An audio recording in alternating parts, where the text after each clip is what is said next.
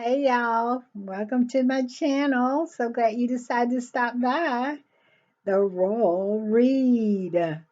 And today's read is about Camilla. Camilla.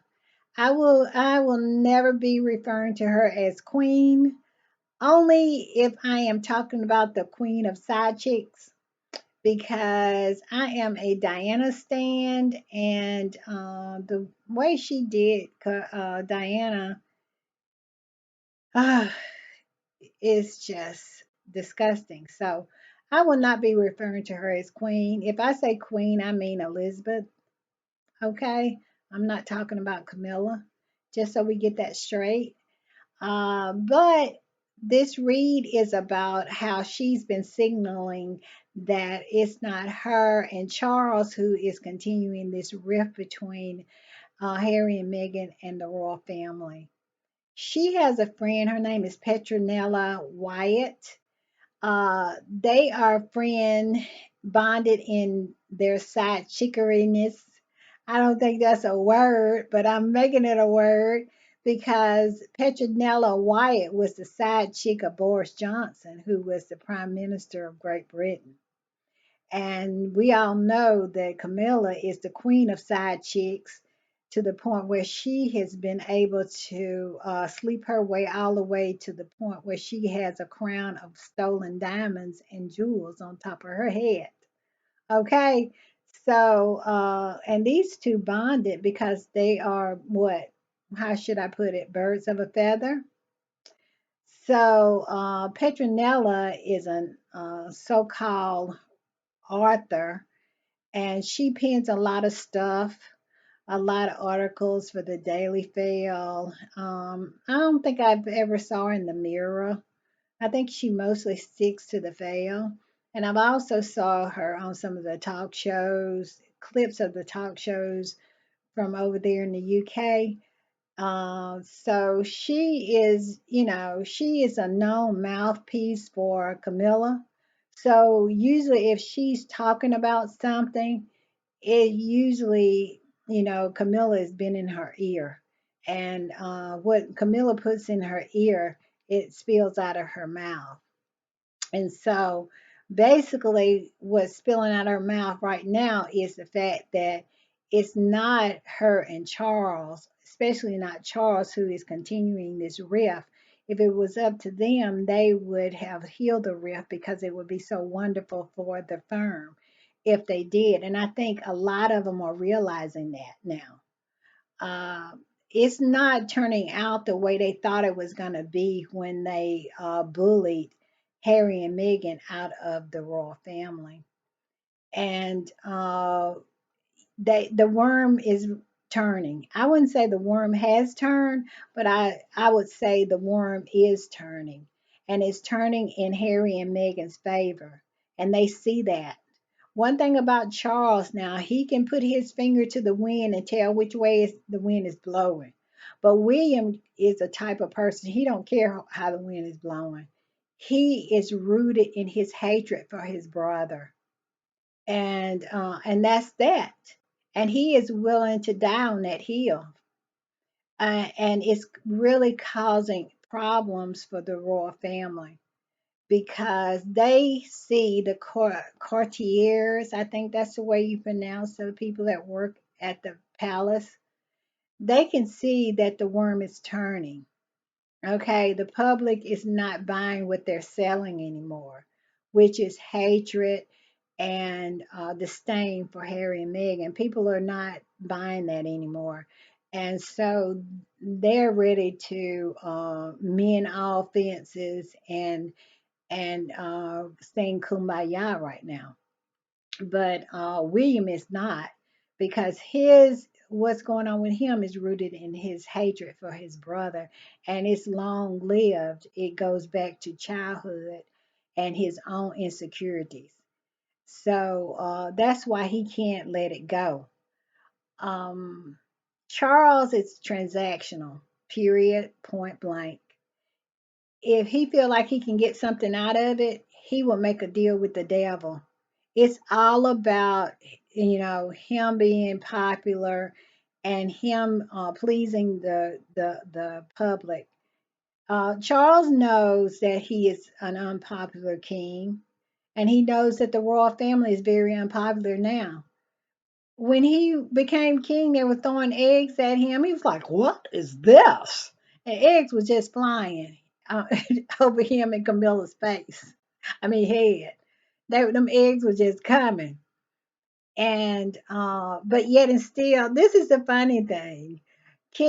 Charles and William has been booed. They throwed eggs at Charles, but yet and still they say, "Hey, Meghan don't want to come to the UK because she don't want to be booed." And Harry and Meghan are the only one that hadn't been booed. William been booed so much that he don't, he act like, it's nothing to him because it's happened to him so often. But do they make a big deal out of that? No, the press doesn't make a big deal out of that. But if, like, when Harry and Meghan came for the Jubilee, it was nothing but applause when they went in. Did they have a few boos when they came out? Yeah, they did. But I heard that it was people booing a bus that was in the way where they couldn't see, and they were booing the bus. But when Harry showed up for the 10th anniversary of the Invictus game, he didn't get booed. People was loving him. They love him. And so I don't understand why they make a big deal about that. But I digress. So Camilla has been making, signaling that it's William. So I ran across this article, and I'm going to read a little bit of it and then we'll discuss. Okay. It's called Camilla, it's from the New International, it's called International The News. And it says Camilla's friend turns guns on Prince William. I, I don't know why that's a tongue. See, my tongue is twisting. I don't understand this. I guess because I don't know. Anyway, it says Camilla's friends turn guns on Prince William. Queen, see, I can't even say that. Queen Camilla's pal has made Prince William responsible for not healing the rift with Harry. Petronella Wyatt, who's first met Camilla in the late 1980s, that's when Camilla was riding Charles while he was married, claims in his piece, claims in her piece for the Daily Telegraph. Okay, it was in the Daily Telegraph, not the Daily Mail. I don't know why I thought it was in the Daily Mail. It is easy to blame him, meaning Harry, and his perilous book for the continued rift with his father and brother, but some courtiers of my acquaintance hold William equally liable, saying that they want to say that it was Harry's book that has caused the rift. But we all know the rift was there before Harry wrote a book, before Harry even thought about writing a book. It was a rift there.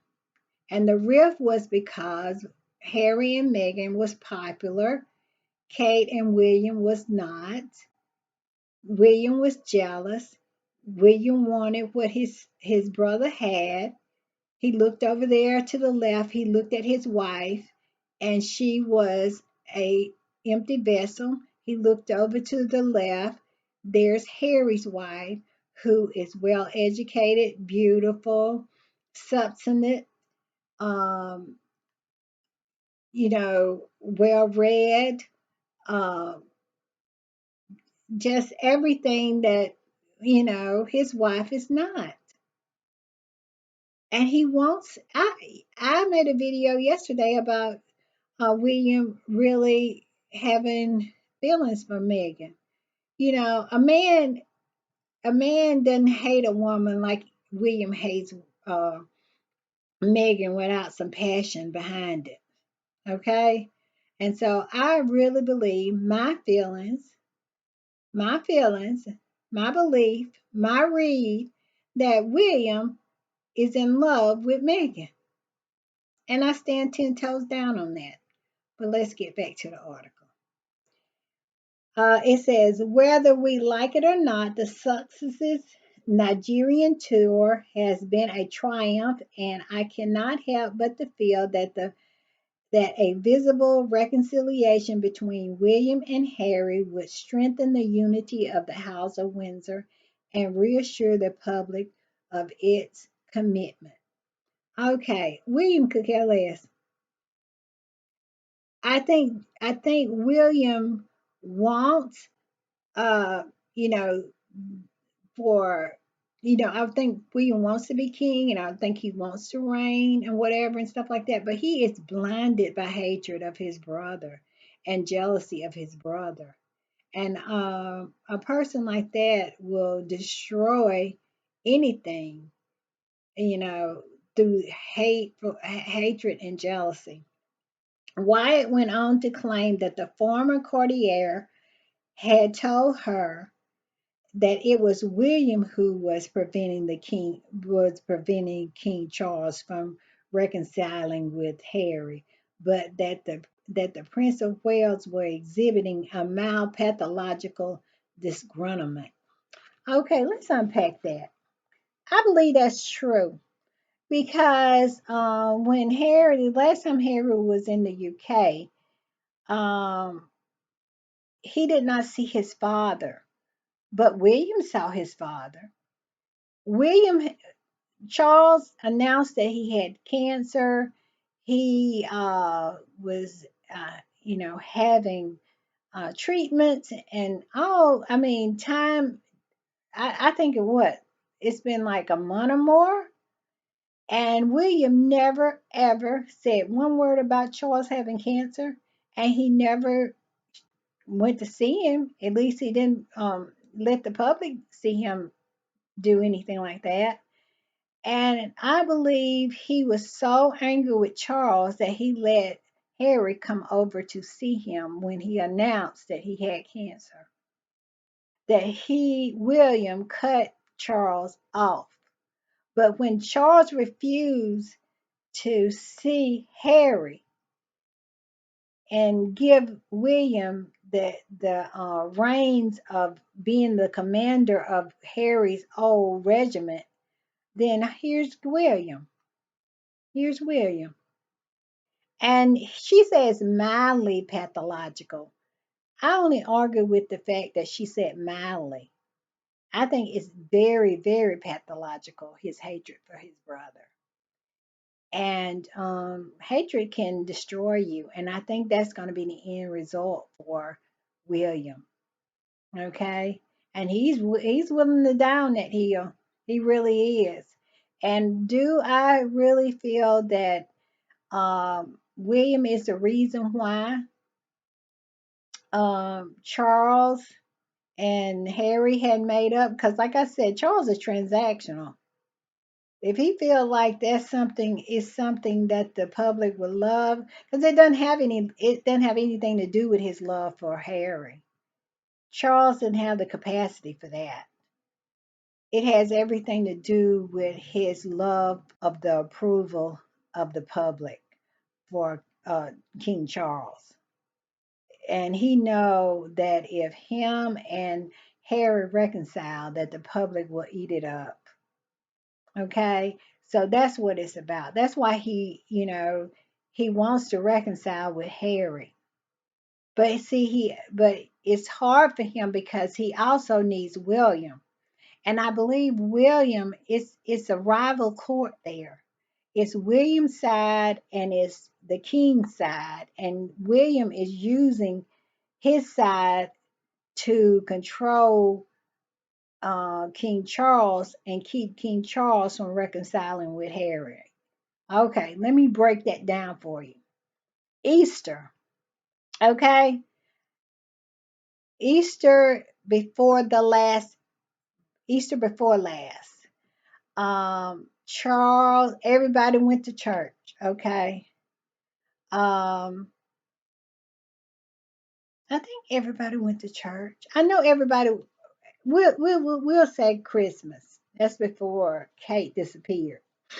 Everybody went to church. It was Zara and Mike. Ugh, him I can't take. And it was Beatrice and it was Eugenie and their family, and everybody was there. Okay. Well, when Easter came around, even though William was out because Kate was sick, he said, and nobody expected him to come, but did you notice who did come? It was like all the old heads came. It was Charles, Camilla, Anne and her husband. They even drug Fergie and Andrew out because it was so sparse. It wasn't anybody to walk to church. And you wonder, where's Zara? Where's Mike Zara and Mike Tyndall? Where's Beatrice and Eugenie, who usually walk to church on Easter with the family? Where are they? And I think William made them choose sides. And the reason I say that is they had what do they call it? A garden party. And all of them showed up for that garden party. Okay? But they didn't show up for Charles for for Easter. And then William stepped in. That was supposed to be Charles' garden party. William stepped in after he refused to see Harry. All of a sudden, William is taking over the garden parties for Charles. And Zara is showing up, and Beatrice is showing up, and Eugenie is showing up. They all showed up for William. Okay. So I really feel that um, I really feel that William is using that, using his leverage, that that Charles will soon be gone. You're gonna have to depend on me to issue out you some crumbs. You see what I'm saying? Because he gonna be the monarch, and so he's gonna be the holder of the purse, and so he'll be able to dictate how things are going to go. And so he's holding that leverage over Zara and Mike and Eugenie and Beatrice. Um, I've never been a fan of Beatrice. I like Eugenie. I thought Eugenie was a good friend to Meghan and Harry. She's proven here lately that that's not true. But that's what's going on there. And I really feel that what Petronella Wyatt is saying, which is just her regurgitating what Camilla has put in her ear, is true. That it's not Charles and her, it is William, and he's pathologically, uh, it's pathological for him. Okay, that he wants the rift to continue. Okay. So if you really want to see this article and read this article, like I said, it is at thenews.com.pk and it's in the international, the news. All right. Thank you for stopping by. And if you enjoyed my content, please subscribe. You hear my dog? He's telling me he want to go WALKING. Um, and please subscribe, hit the notification button, and give me a thumbs up so I can get in front of more eyeballs. This algorithm has got me by the neck. It's got me in a chokehold. So you hear my dog? He's saying goodbye, and I'm gonna say goodbye. So see you tomorrow. Bye.